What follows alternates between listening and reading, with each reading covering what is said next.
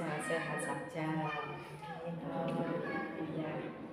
Begini Bu Sevi, hari ini saya mau melakukan kegiatan wawancara kepada kepala sekolah terkait tugas kami menuju tugas yaitu tugas CDP, Bu. Oh, nggih, monggo Bu. Nanti insya Allah saya bantu semaksimal mungkin dan kurang lebihnya juga mohon maaf juga. Monggo. Iya. Sebenarnya saya juga terima kasih kepada Bu Sevi sudah meluangkan waktunya buat bersedia saya wawancarai. Terima kasih sebelumnya Bu ya. Ya. Ini Bu untuk pertanyaan pertama. Selama ini bagaimana Bu Sevi dapat mengidentifikasi kasus-kasus yang merupakan dilema etika atau bujukan moral di SDN Tanjung Kenongo 2 ini, Bu? Tentang bujukan moral. Iya, dilema etika. Kalau saya pribadi, nanti kurang lebihnya juga mohon dikoreksi juga.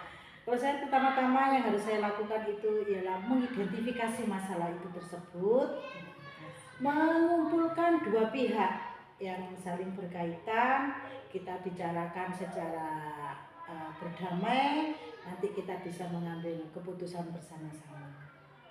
Begitu, dengan cara mengidentifikasi dulu apa masalah-masalah tersebut.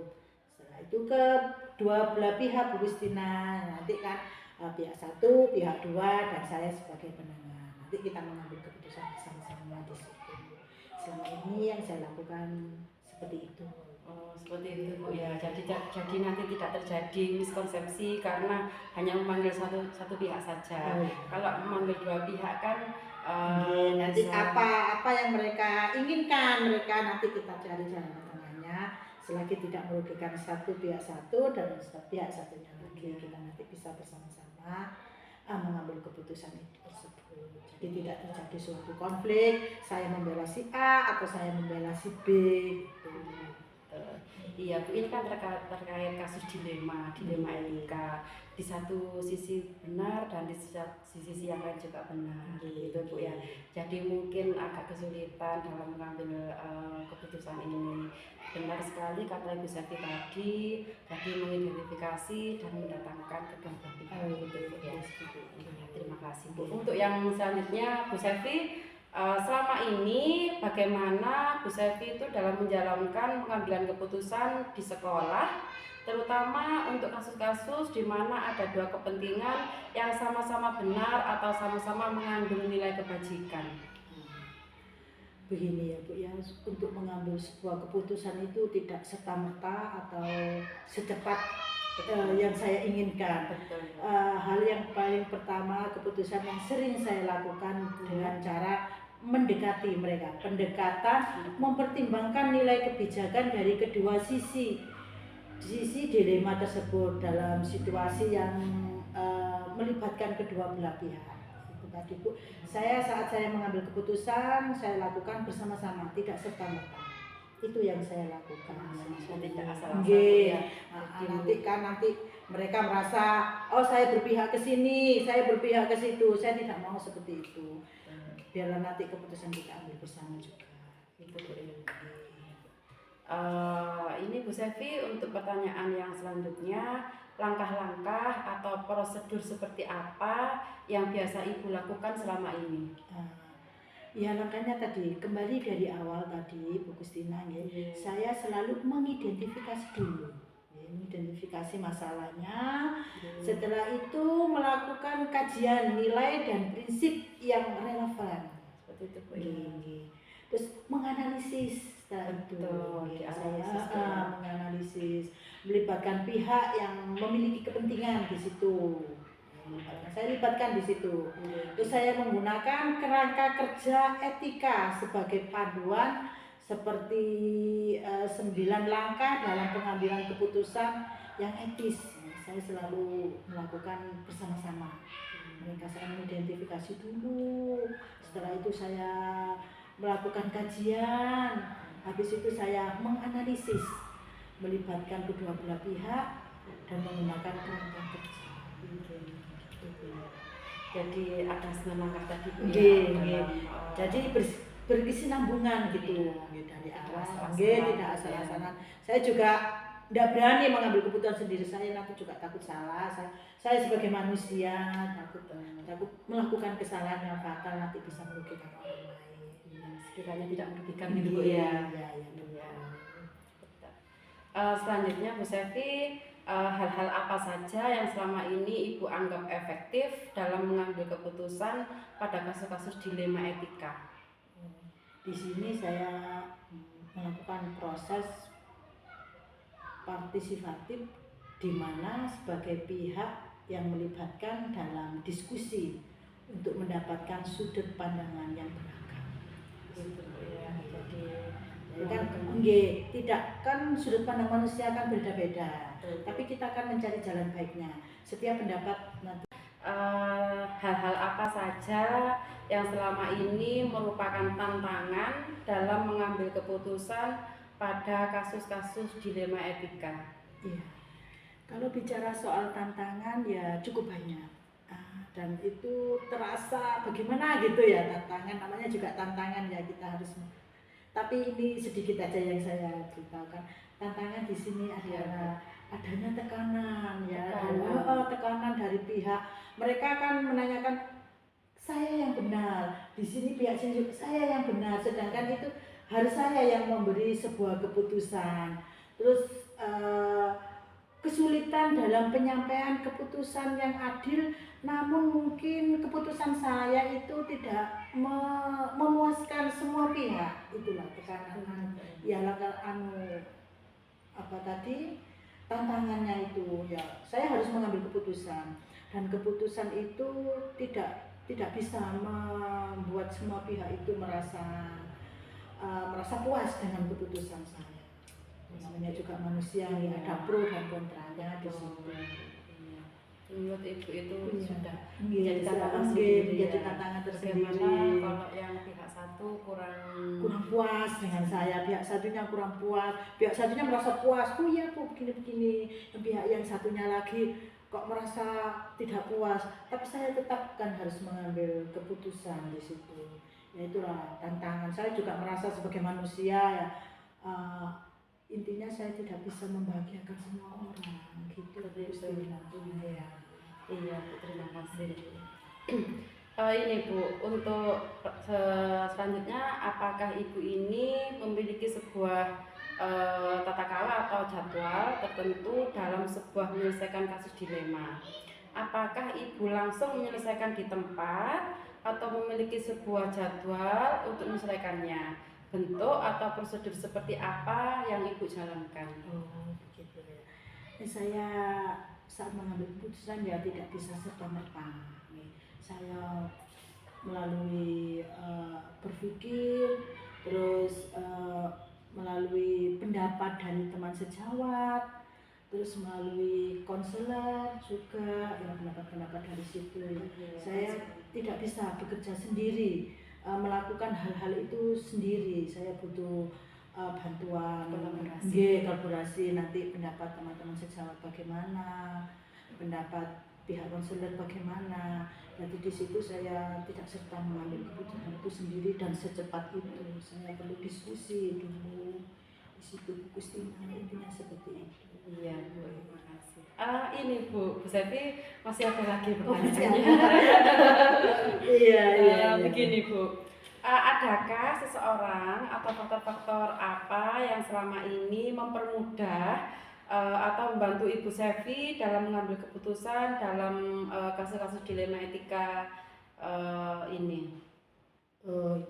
Ya kembali lagi Bu Daya, dari awal dari yang pertanyaan Bu Kustina yang di atas tadi, saya itu mendapat dukungan, pasti mendapat dukungan. Ya pertama dukungan dari teman sejawat atau pihak manajemen sekolah, itu yang utama itu. Terus yang kedua adanya pedoman etika Bu, saya harus berpedoman pada etika, yang etika sekolah yang jelas ya. Pengalaman dari menangani kasus serupa di masa yang lalu, sebuah pengalaman yang dia juga membuat yang mendukung saya untuk terus melangkah. Terus masukan-masukan dari ahli konselor, atau penasehat hukum. Gitu. Ya, saya butuh dukungan dari beberapa pihak yang jelas dan relevan begitu, Bu Christina. Ini untuk yang terakhir, Bu. Ya, terakhir ya, Bu ya. Iya, iya. Dari semua hal yang telah Ibu sampaikan tadi, pembelajaran apa yang dapat Ibu petik dari pengalaman Ibu dalam mengambil keputusan dilema etika ini, Bu? Semua hal yang kita lakukan pasti ada sebuah hikmah, dan hikmah itu harus kita benar-benar kita pahami dan benar-benar kita rasa, yaitu pentingnya mempertimbangkan perspektif yang luas dan mendalam. Yang kedua, pentingnya menjaga keseimbangan antara prinsip moral dan dampak perilaku. Mengambil waktu untuk refleksi diri, membantu menghasilkan keputusan yang lebih adil dan bijaksana. Itu yang hikmah yang bisa saya ambil. Ya, dari sekian banyak pertanyaan Bu Tina, ya pastilah ada hikmah-hikmahnya ya. Dari awal pertanyaan Bu Tina sampai akhir itu saya bisa lebih belajar lagi untuk menjadi yang lebih baik, mengambil keputusan secara bijak dan tidak sendiri, itu tidak berdasarkan atas dasar keputusan saya karena saya memihak-pihak si A atau si B, tidak. Itu harusnya relevan. Saya harus berperilaku yang lebih jelas, lebih bijak. Dengan demikian, ya mungkin kurang lebihnya mohon maaf juga Bu Tina ya. Mungkin itulah yang bisa saya berikan secara singkat untuk Bu Christina. Kurang lebihnya saya juga iya. Bu Sevi, terima kasih banyak atas kesempatannya yang diberikan kepada saya, dan banyak sekali ilmu pengalaman yang saya peroleh dari Bu Sevi. Bu Sevi, untuk kali ini, untuk hari ini terima kasih banyak nggih. Dan saya akhiri, Bu Sevi, terima kasih. Assalamualaikum warahmatullahi wabarakatuh. Selanjutnya yang saya mau tanyakan, hal-hal apa saja yang selama ini merupakan tantangan dalam mengambil keputusan pada kasus-kasus dilema etika? Iya. Kalau bicara soal tantangan ya cukup banyak, dan itu terasa bagaimana gitu ya, tantangan namanya juga tantangan ya, kita harus. Tapi ini sedikit aja yang saya ceritakan. Tantangan di sini adalah adanya tekanan ya, tekanan dari pihak mereka kan menanyakan saya yang benar, di sini pihak sini saya yang benar, sedangkan itu harus saya yang memberi sebuah keputusan. Terus kesulitan dalam penyampaian keputusan yang adil, namun mungkin keputusan saya itu tidak memuaskan semua pihak. Itulah tekanan ya, tantangannya itu ya, saya harus mengambil keputusan, dan keputusan itu tidak bisa membuat semua pihak itu merasa puas dengan keputusan saya. Namanya juga manusia, ada pro dan kontranya di situ. Menurut Ibu itu sudah menjadi tantangan tersendiri. Bagaimana kalau yang pihak satu kurang puas dengan saya, pihak satunya kurang puas, pihak satunya merasa puas, oh iya Bu begini-begini, pihak yang satunya lagi kok merasa tidak puas, tapi saya tetap kan harus mengambil keputusan di situ. Ya itulah tantangan. Saya juga merasa sebagai manusia ya, intinya saya tidak bisa membahagiakan semua orang gitu. Iya Bu, terima kasih.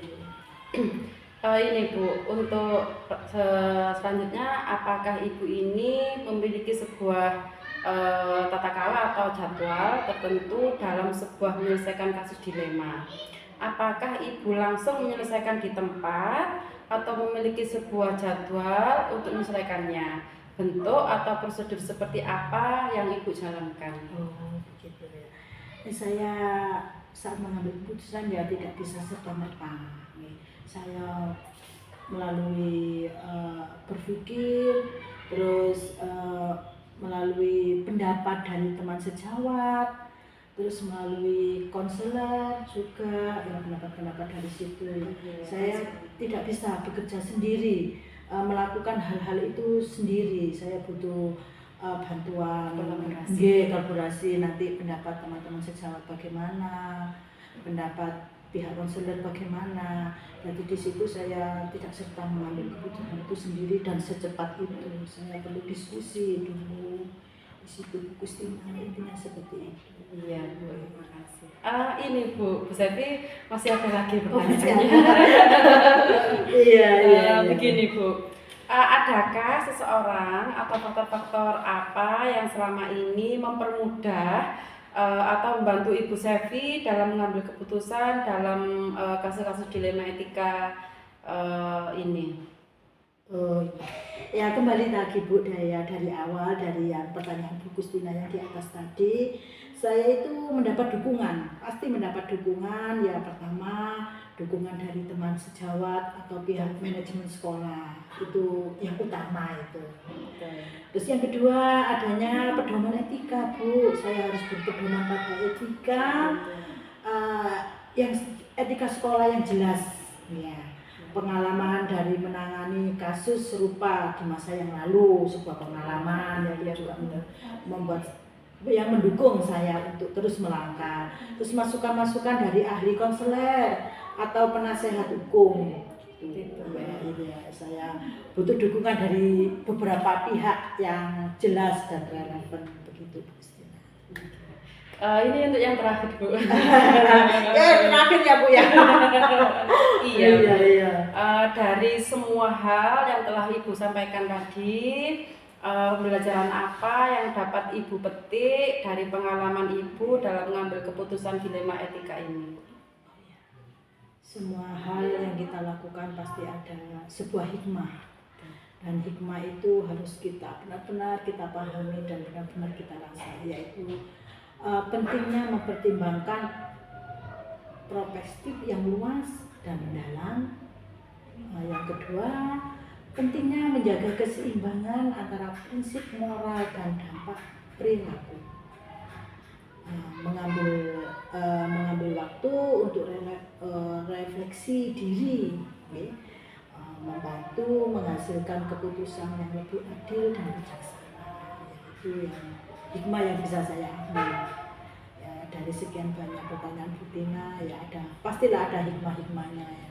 Dari awal pertanyaan Bu Tina sampai akhir itu saya bisa lebih belajar lagi untuk menjadi yang lebih baik, mengambil keputusan secara bijak dan tidak sendiri, itu tidak berdasarkan atas dasar keputusan saya karena saya memihak-pihak si A atau si B, tidak. Itu harus relevan. Saya harus berperilaku yang lebih jelas, lebih bijak.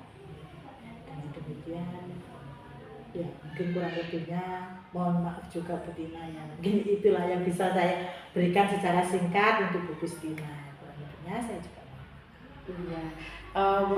Bu Sevi, terima kasih banyak atas kesempatannya yang diberikan kepada saya, dan banyak sekali ilmu, pengalaman yang saya peroleh dari Bu Sevi. Bu Sevi, untuk kali ini, untuk hari ini terima kasih banyak nggih. Dan saya akhiri Bu Sevi, terima kasih. Assalamualaikum warahmatullahi wabarakatuh. Waalaikumsalam warahmatullahi wabarakatuh.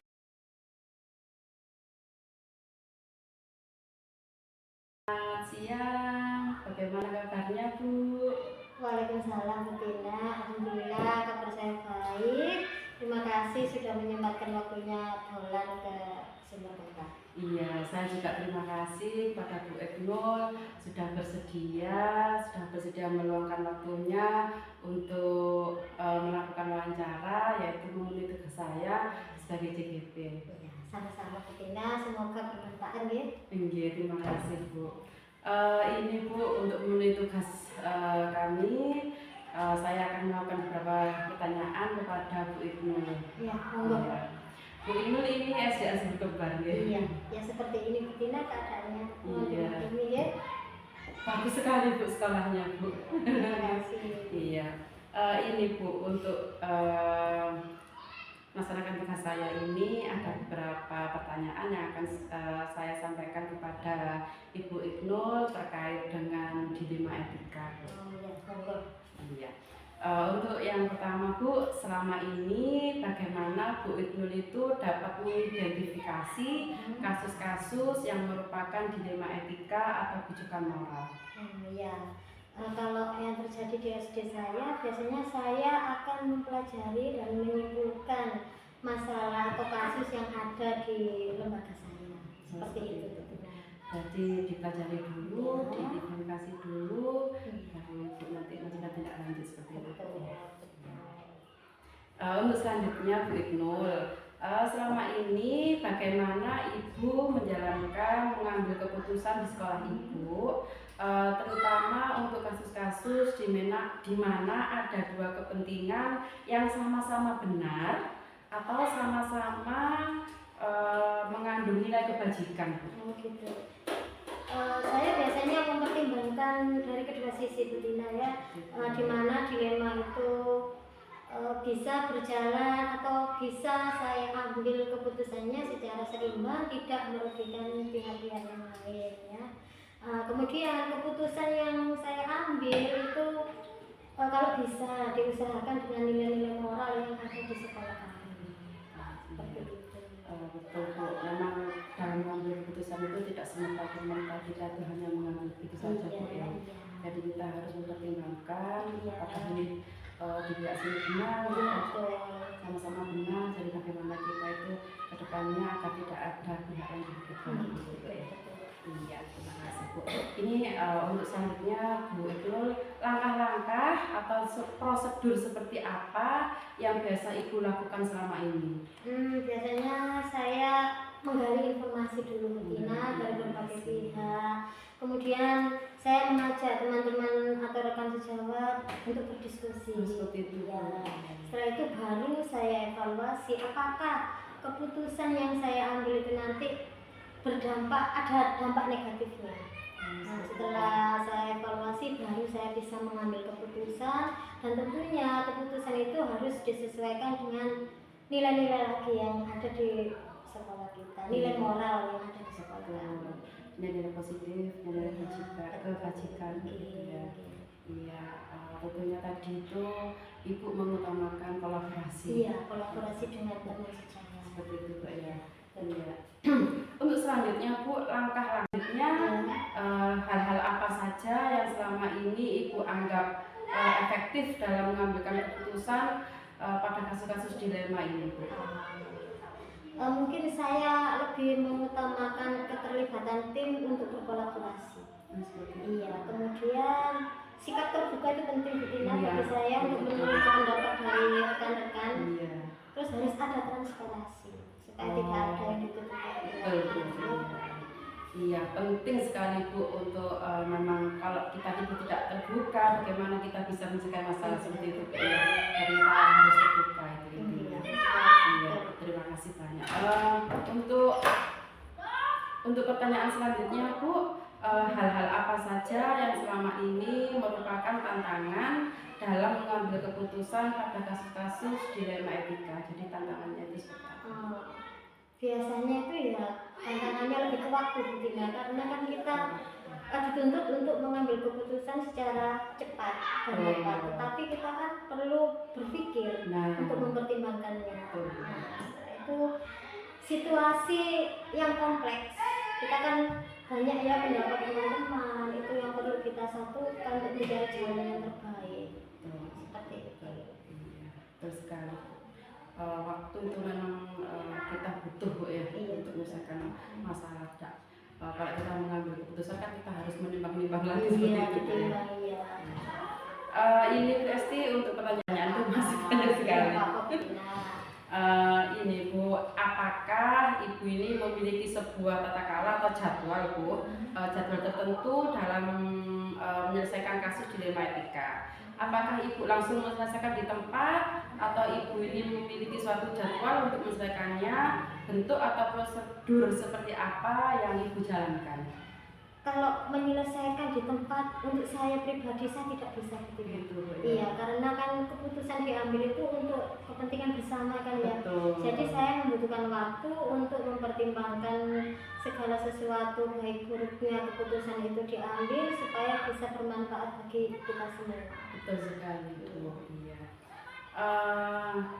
Ini Bu, untuk selanjutnya adakah seseorang atau faktor-faktor apa yang selama ini mempermudah atau membantu Ibu dalam mengambil keputusan dalam kasus-kasus dilema etika ini Bu? Tentunya kolaborasi tim itu yang sangat penting Betina ya. Iya. Nah, faktor berikutnya bisa dari kebijakan sekolah dan yang paling penting juga adalah pengalaman kita. Bagaimana kita menyelesaikan masalah, kita lihat apa yang terjadi dulu, baru mengevaluasi, baru mengambil keputusan. Betul, dengan 9 langkah tadi Bu ya. Ya, mungkin dengan 9 langkah tadi masalah bisa diselesaikan ya, dengan bijak gitu. Untuk yang terakhir Bu Iqnul, dari semua hal yang telah Ibu sampaikan tadi, kira-kira pembelajaran apa yang dapat Ibu petik dari pengalaman ini dan mengambil keputusan dari etika ini? Seperti kesimpulan kita ya Betina Iya, ya. betul. Menurut saya pengambilan keputusan itu membutuhkan keseimbangan antara prinsip, moral, empati, dan kolaborasi serta memanfaatkan apa ya, pengalaman yang pernah kita alami dulu itu juga merupakan pembelajaran saat kita mengambil keputusan. Menurut saya seperti itu Betina. Iya. Bu Esti, terima kasih Ibu sudah menyampaikan semuanya, dan apa yang saya terima hari ini alhamdulillah banyak sekali pengalaman yang dapat saya ambil. Bu Iqnul, untuk pertanyaan yang terakhir Bu, dari semua yang telah Ibu sampaikan, pembelajaran apa yang dapat Ibu petik dari pengalaman Ibu tentang mengambil keputusan dilema etika? Kesimpulannya ya Betina ya. Betul. Oke. Menurut saya pengambilan keputusan itu membutuhkan keseimbangan antara prinsip, moral, empati, dan kolaborasi. Selain itu, kita juga harus memastikan bahwa keputusan yang kita ambil itu harus adil dan bijak Betina, seperti itu. Seperti itu. Iya Bu, dari kasus dilema-dilema ini tadi Ibu sudah menyampaikan banyak sekali, dan hari ini saya itu merasa senang sekali karena banyak memperoleh pengalaman dari Ibu tentang mengambil keputusan Bu ya, mengambil keputusan yang maksudnya itu tidak merugikan satu pihak tapi adil begitu Bu ya, dan menyeluruh.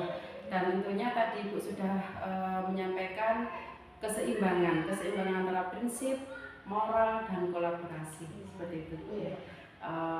Bu Iqnul, terima kasih. Saya sudah Ibu sudah berkenan untuk saya wawancarai, dan saya terima kasih banyak. Semoga apa yang saya dapat hari ini bisa bermanfaat buat saya ke depannya Bu. Sama-sama, semoga Betina tetap semangat untuk menyelesaikan tugas akhir ini ya Betina ya, dan semoga segera menjadi kepala sekolah. Gitu Bu ya, terima kasih banyak Bu.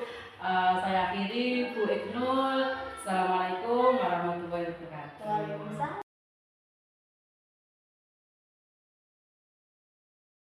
Waalaikumsalam Bu Tina. Iya, bagaimana Bu kabarnya hari ini? Alhamdulillah baik. Alhamdulillah. Ini Bu, saya mau mewawancarai Ibu terkait tugas saya, yaitu tugas dari JGP. Dan ini Bu, saya juga terima kasih Ibu Kusio ini sudah bersedia untuk saya wawancarai Bu. Nanti wawancaranya itu terkait ini Bu, dilema etika atau bujukan moral. Iya. Monggo, Bu. Ada ini Bu, ada beberapa pertanyaan yang akan saya ajukan. Pertama, selama ini bagaimana Ibu dapat mengidentifikasi kasus-kasus yang merupakan dilema etika atau bujukan moral? Dilema etika ini terjadi saat menghadapi situasi di mana terdapat konflik antara dua atau lebih nilai yang sama-sama penting. Misalnya saat ada ketegangan antara memenuhi aturan dan kebijakan sekolah dengan kebutuhan personal seorang siswa. Nah, bujukan moral lebih teridentifikasi ketika salah satu opsi tampak lebih menggoda tetapi bertentangan dengan prinsip moral yang lebih mendasar. Itu untuk bujukan moral, Bu ya. Tadi Ibu sudah menjelaskan seperti bujukan moral itu tadi Ibu sudah menjelaskan seperti apa Bu tadi? Seperti identifikasi ya, menggoda ada dua masalah yang sama pentingnya gitu. Menggoda harus mana yang harus lebih didulukan kan gitu ya. Berarti Ibu ini ya mengidentifikasi terlebih dahulu sebelum nanti Ibu itu akan melaksanakan langkah selanjutnya seperti itu ya. Lalu Bu, selama ini bagaimana Ibu menjalankan mengambil keputusan di sekolah Ibu, terutama untuk kasus-kasus di mana ada dua kepentingan yang sama-sama benar atau sama-sama mendukung nilai kebajikan, Bu? Itu biasanya seperti ini Bu Tina saya. Untuk pengambilan keputusan sering dilakukan dengan pendekatan yang mempertimbangkan kebajikan dari kedua sisi dilema. Kalau kedua-duanya itu sama-sama baik, sama-sama perlu didahulukan, dalam situasi yang melibatkan dua kepentingan yang sama-sama benar ini, pendekatan yang dipakai seringkali adalah mencari solusi yang seimbang dan berupaya agar keputusan tidak hanya tepat secara moral, tetapi juga praktis untuk semua pihak yang terlibat. Begitu Bu ya. Jadi Ibu ini intinya jangan sampai keputusan nanti itu merugikan satu pihak ya. Jadi sama-sama tidak merugikan seperti itu ya. Iya. Ini Bu Kusio masih ada lagi untuk langkah-langkahnya Bu. Untuk langkah-langkahnya atau prosedur seperti apa yang biasa Ibu lakukan selama ini? Langkah-langkah untuk pengambilan keputusan etika ini yang biasa saya lakukan adalah satu, mengidentifikasi semua pihak yang terdampak. Mengidentifikasi dulu, setelah itu saya melakukan kajian nilai dan prinsip yang relevan. Selanjutnya, setelah itu saya menganalisa konsekuensi jangka panjang dan jangka pendeknya. Konsekuensinya apa, untuk jangka panjangnya gimana, jangka pendeknya gimana itu. Yang selanjutnya saya melibatkan pihak yang memiliki kepentingan dalam diskusi. Ya, melibatkan semua orang untuk berdiskusi. Selanjutnya, menggunakan kerangka kerja etika sebagai panduan seperti langkah dalam pengambilan keputusan etis. Gitu ya, jadi sesuai dengan etika gitu ya. Di langkah-langkahnya tadi sudah jelas Ibu sampaikan. Lalu Bu, untuk hal-hal apa saja yang selama ini Ibu anggap efektif dalam mengambil keputusan pada kasus-kasus dilema etika ini? Hal-hal yang menurut saya efektif dalam pengambilan keputusan ini seperti proses partisipatif, yaitu terus menerapkan transparansi dalam setiap tahap pengambilan keputusan. Selanjutnya yaitu memberi ruang bagi refleksi mendalam sebelum membuat keputusan akhir. Iya, menurut saya juga saya itu sependapat dengan Ibu. Jadi selalu melakukan refleksi di akhir gitu ya. Jadi kita tuh enggak asal-asalan begitu saja dalam memutuskan masalah. Iya Bu. Lalu Bu, untuk hal-hal apa saja yang selama ini merupakan tantangan Bu dalam mengambil keputusan pada kasus-kasus dilema etika ini? Tantangannya sebenarnya banyak sekali ya Bu dalam pengambilan keputusan ini. Nah, tantangan terbesar yang sering saya hadapi seperti adanya tekanan untuk segera mengambil keputusan, terutama dalam kasus-kasus yang membutuhkan penyelesaian yang cepat. Yang kedua, konflik antara berbagai pihak yang memiliki kepentingan berbeda, terutama saat satu keputusan dapat merugikan satu pihak lain.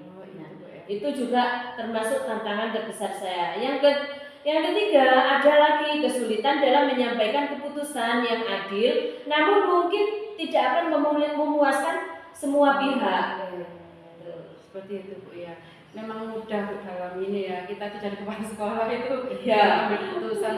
Takutnya nanti yang satunya merasa kurang adil, Iya, gitu, kurang Bu, ya. puas dengan keputusan yang saya ambil. Betul Bu. Ini Bu masih ada pertanyaan juga. Apakah Ibu ini memiliki sebuah tata kelola atau jadwal tertentu dalam sebuah menyelesaikan kasus dilema etika? Apakah Ibu langsung menyelesaikan di tempat atau memiliki sebuah jadwal untuk menyelesaikannya? Bentuk atau prosedur seperti apa yang Ibu jalankan? Sebenarnya harus ada jadwal ya, tapi penyelesaian kasus dilema etika itu tidak selalu dapat dilakukan di tempat ya. Bisa dilakukan di mana saja ya, karena kasus-kasus itu munculnya tidak hanya di sekolah saja ya. Dalam banyak kasus, proses pengambilan keputusan memerlukan waktu dan refleksi yang mendalam, Bu Tina. Jadwal penyelesaian bisa melibatkan diskusi, refleksi, dan kajian nilai moral yang berlaku di sekolah. Terkadang keputusan dibuat setelah mempertimbangkan matang dan kolaborasi dengan tim kepemimpinan sekolah atau konselor. Seperti itu Bu ya. Jadi banyak sekali pertimbangan tadi yang Ibu lakukan. Selanjutnya Bu, adakah seseorang atau faktor-faktor apa yang selama ini mempermudah atau membantu Ibu dalam mengambil keputusan dalam kasus-kasus dilema etika ini Bu? Banyak sekali ya, banyak sekali yang membantu saya ya Bu ya. Ada beberapa faktor yang mempermudah proses pengambilan keputusan itu, termasuk satu, dukungan dari rekan-rekan sejawat. Rekan-rekan sejawat itu adalah pihak manajemen sekolah ya. Yaitu yang kedua, adanya pedoman etika atau kebijakan sekolah yang jelas. Yang ketiga, adanya pengalaman dalam menangani kasus serupa di masa lalu. Yang keempat, masukan dari ahli atau konselor atau penasehat itu Bu. Terima kasih. Jadi tadi itu Ibu menyebutkan di situ ada pengalaman gitu. Iya, pengalaman kita bisa menerapkan gitu Iya, karena pengalaman adalah guru yang terbaik, Bu Tina. Iya Bu, terima kasih. Silakan Bu Tina. Dari semua hal yang telah Ibu sampaikan tadi, pelajaran apa yang dapat Ibu petik dari pengalaman Ibu mengambil keputusan dilema etika ini Bu? Sebenarnya banyak sekali pelajaran yang dapat dipetik dari pengambilan keputusan dilema etika ini. Salah satunya mungkin pelajaran yang terpenting adalah yang pertama, pentingnya mempertimbangkan perspektif yang luas dan mendalam. Yang kedua, pentingnya menjaga keseimbangan antara prinsip moral dan dampak praktis. Yang ketiga, mengambil waktu untuk refleksi seringkali membantu dalam menghasilkan keputusan yang lebih adil dan bijaksana. Begitu Bu Tina. Terima kasih banyak Bu. Mungkin tadi itu ya Ibu itu sudah menyampaikan banyak sekali hal-hal untuk mempertimbangkan dilema etika ini. Dari tadi Ibu sudah mengidentifikasi sampai Ibu mencari solusi, sampai tadi itu dalam mengambil keputusan itu harus ada antara keseimbangan moral, kolaborasi itu terutama Bu ya. Ibu selalu mengutamakan teman-teman sejawat dalam menyelesaikan masalah seperti itu Bu ya. Terima kasih banyak Bu Sio atas pengalaman yang Ibu bagikan kepada saya. Ya, sama-sama Bu Tina. Dan saya juga berterima kasih sekali saya bisa datang ke sekolah Ibu hari ini, dan maaf sekali kalau saya sudah mengganggu kegiatan Ibu hari ini. Tidak apa-apa, saya senang sekali bisa membantu Ibu. Ya, terima kasih Bu. Ya, Saya akhiri. Wassalamualaikum warahmatullahi wabarakatuh.